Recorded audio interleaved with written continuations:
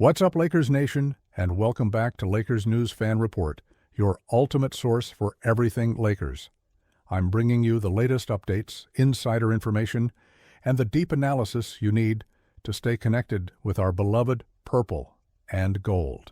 Today I've got something that's going to shake up everything you thought you knew about this Lakers team, and I need you to stay with me all the way through because what's happening right now in Los Angeles is going to define the next era of Lakers basketball. So let me set the scene for you. It's December 2025, and the Los Angeles Lakers are absolutely rolling. We're sitting at 15 wins and just 4 losses, looking like legitimate championship contenders, playing some of the most exciting basketball we've seen in years. The energy at Crypto.com Arena is electric, the chemistry on the court is undeniable, and for the first time in what feels like forever, there's a genuine buzz around this franchise that goes beyond just star power. This is real, sustainable success, and it's beautiful to watch. But here's where things get complicated, and here's why I need your full attention for the next several minutes. Something fundamental has shifted in the Lakers organization, something that would have been unthinkable just a year ago, something that's going to force us all to confront some difficult truths about where this franchise is headed and what it means for the legacy of one of the greatest players to ever put on a Lakers uniform. Let me take you back to February of this year, because that's when everything changed. The trade deadline hit, and Rob Pelinka pulled off one of the most shocking moves in recent NBA history. Anthony Davis, our dominant big man, our defensive anchor, the guy we thought would be untouchable, was sent to Dallas, and in return, we got Luka Doncic. Yeah, you heard that right. Luka freaking Doncic became a Laker. The basketball world exploded. Nobody saw it coming. The debate raged for weeks about whether it was the right move, whether we gave up too much, whether Luka could coexist with LeBron James. Well, here we are nearly a full season later, and the results speak for themselves. Luka Doncic has been absolutely magnificent in purple and gold. We're talking about an MVP candidate, one of the top 5 players in the entire world, putting up video game numbers night after night. At just 26 years old, he's in his absolute prime, and he's playing like he was born to wear a Lakers jersey. The step-back threes, the no-look passes, the clutch performances, the leadership, everything you could possibly want from a franchise cornerstone, he's got it all. But here's the twist that nobody anticipated, and this is where the story gets really interesting.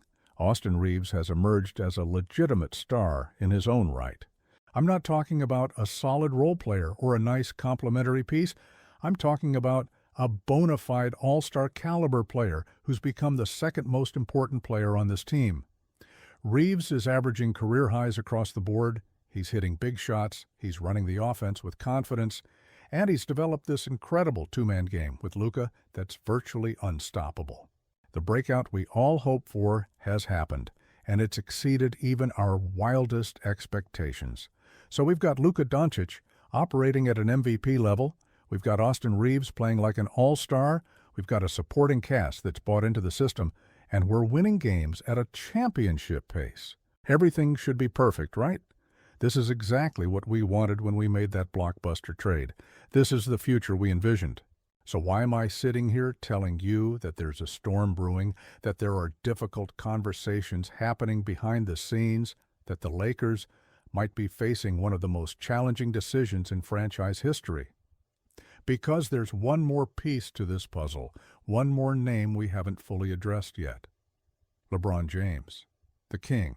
The guy who brought us a championship in 2020, the guy who's been the face of this franchise for years, the guy who's arguably the greatest basketball player of all time.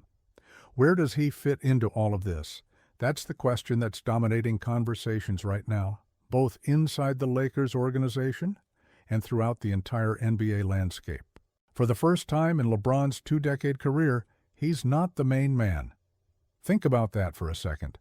20 years of being the undisputed alpha, the guy who controls everything, the player who dictates how the offense runs, and who makes all the big decisions on the court. That's been LeBron's reality since he was a teenager in Cleveland. But here in Los Angeles, In the 2025-26 season, that reality has fundamentally changed. This is Luka's team now. The offense runs through him. The plays are designed for him. The future is built around him. And LeBron, at 41 years old, has had to accept a different role. Now, before anyone jumps down my throat, let me be crystal clear about something. LeBron James can still play at an incredibly high level. Even with the sciatica issues that have been bothering his left leg, even with the natural decline that comes with age, even with all the miles on those legendary legs, LeBron is still capable of averaging over 20 points per game. He's still making plays, he's still hitting big shots, he's still showing flashes of that otherworldly brilliance that's defined his entire career.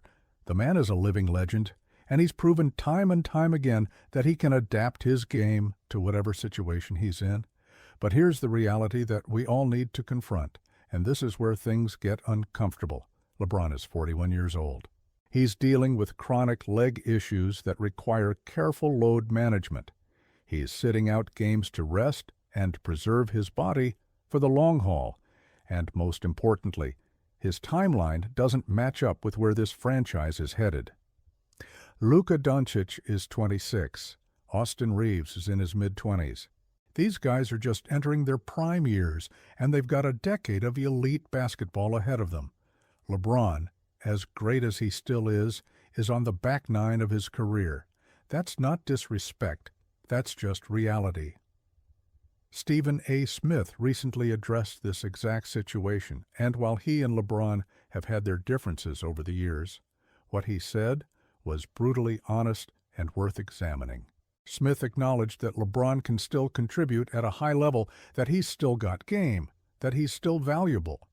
But he also made the point that if the Lakers had a choice, if they were making decisions purely based on what's best for the long-term future of this franchise, they would move on from LeBron.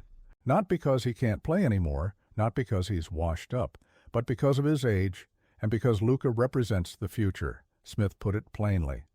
Luka is 26, and you want young players who can grow together, not someone who's 41 and likely retiring within the next year or two. It's a business decision, a roster construction decision, a timeline decision. And as much as it might hurt to hear, it makes sense from a purely basketball standpoint. The Lakers are building something special with Luka and Reaves as the foundation, and LeBron's presence, as legendary as it is, creates a complicated dynamic that might not be sustainable long-term. Let's talk about what we've seen early in this season, because it's telling. When LeBron missed games due to load management, the Lakers didn't just survive, they thrived. The offense flowed beautifully. Luka and Reaves developed incredible chemistry, role players stepped up, and the team looked cohesive and dynamic. There was no drop-off, no sense that we were missing a crucial piece. If anything, there seemed to be more freedom, more pace, more modern basketball.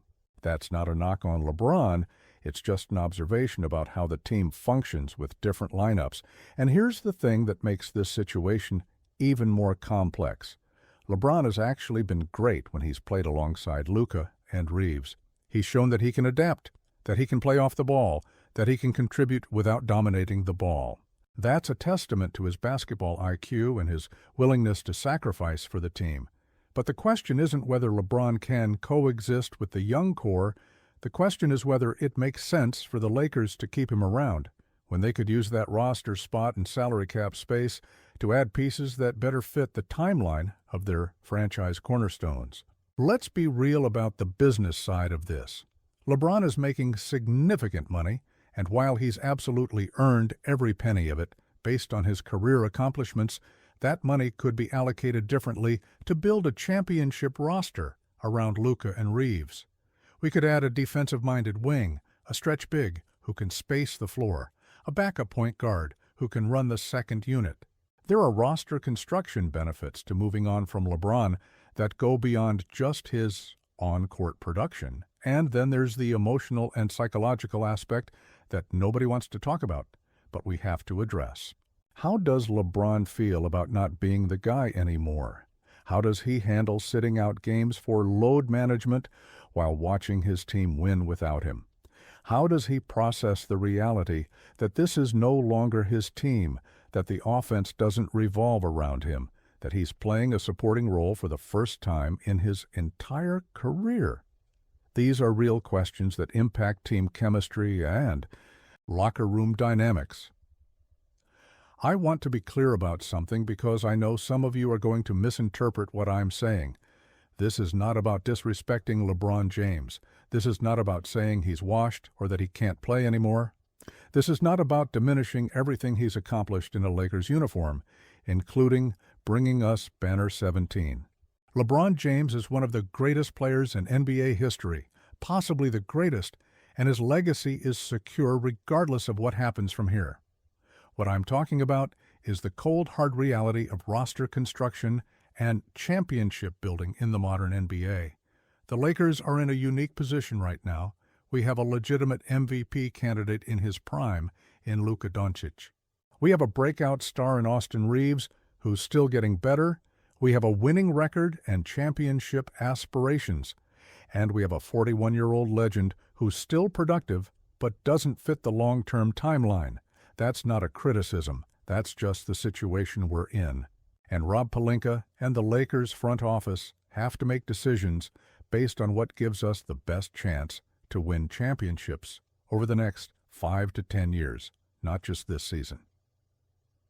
Here's what I think is going to happen, and this is pure speculation based on everything I've observed and analyzed. I believe the Lakers will explore trade options for LeBron before the deadline or in the offseason. Not because they don't appreciate what he's done, not because they think he's finished, but because it makes sense for both parties. LeBron could go to a contender where he can be the veteran leader and contribute to a championship run in a role that suits his current capabilities. The Lakers could get assets or cap relief that allows them to build a sustainable championship roster around Luka and Reaves. It's a win-win scenario if handled correctly. And you know what? I think LeBron would understand that. He's one of the smartest basketball minds in the game. He knows how this business works. He knows that Father Time is undefeated. He knows that teams have to make difficult decisions based on timelines and a roster construction. If the Lakers came to him and said, "We appreciate everything you've done, but we think it's time to move in a different direction," I believe LeBron would handle it with class and professionalism. That's who he is. The alternative scenario is that LeBron decides to retire as a Laker, goes out on his own terms, and rides off into the sunset with his legacy intact. That's also a possibility, and honestly, it might be the most fitting ending to an incredible career. Imagine LeBron in a reduced role, mentoring the young guys, providing veteran leadership, and eventually hanging it up in a Lakers uniform. There's something poetic about that, something that would cement his place in Lakers lore forever. But regardless of how this plays out, the reality is clear. This is no longer LeBron's team. The Lakers have moved on to the Luka Doncic era, with Austin Reaves as his co-star and a supporting cast built to compete for championships for years to come. LeBron's role in that future is uncertain, and that's okay. It doesn't diminish what he's accomplished. It doesn't erase the memories. It doesn't change his legacy. It's just the natural evolution of a franchise that's always looking forward, always trying to position itself for sustained success. Looking at our current situation, I'm incredibly optimistic about where this team is headed. 15-4 is no joke. Luka Doncic is playing like an MVP. Austin Reaves has become a star. The chemistry is there, the coaching is solid, and the pieces fit together beautifully. Whether LeBron is part of the long-term plan or not, the Lakers are in a great position to compete for championships, and that's what matters most. We're building something special here, something that could dominate the Western Conference for years to come. So here's what I want to know from all of you watching this video. Do you think the Lakers should trade LeBron James before his contract expires? Should they let him retire as a Laker and give him the farewell tour he deserves? Or should they keep him around as a veteran presence and rotation player for as long as he wants to play? This is a complex question with no easy answers, and I genuinely want to hear your perspectives. Drop your thoughts in the comments below, and let's have a respectful, thoughtful conversation about what's best for this franchise we all love. And listen, if you want to stay on top of every Lakers development, every trade rumor, every injury update, every piece of breaking news as it happens, you absolutely need to subscribe to Lakers News Fan Report right now. Hit that notification bell so you never miss a video, because we're bringing you daily content that keeps you informed and connected to this team. Share this video with your fellow Lakers fans, because this conversation is too important for anyone to miss. We're building a community here of passionate, knowledgeable fans who want real analysis and honest discussions about our team. Lakers Nation, we're witnessing history right now. We're watching the transition from one era to another, from the LeBron James era to the Luka Doncic era. It's bittersweet, it's complicated, but it's also exciting because the future is incredibly bright. Let's embrace this moment, let's support our team through this transition, and let's get ready for what promises to be an incredible championship run. Lake Show for life, and I'll see you in the next video.